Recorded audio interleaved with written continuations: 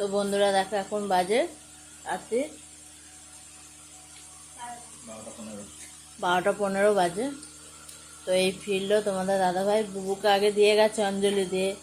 বুবু তোমাদের দাদাভাই ওরা অঞ্জলি দিয়ে চলে এসেছিলো, দিয়ে বুবুকে দিয়ে গেছিলো, দিয়ে হোম যজ্ঞ সব হলো, দিয়ে ওখান থেকে প্রসাদও দিয়েছিল। এই যে থালাগুলো করে প্রসাদ দেওয়া হয়েছিল ঠাকুরকে সাজিয়ে, সেই থালা আবার একটা আমাদেরকে প্রসাদ হিসেবে দিয়েছিল।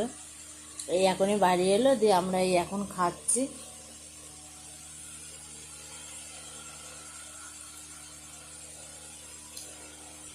তো কেমন লাগলো ঠাকুরের ভোগ অবশ্যই তোমরা জানিও,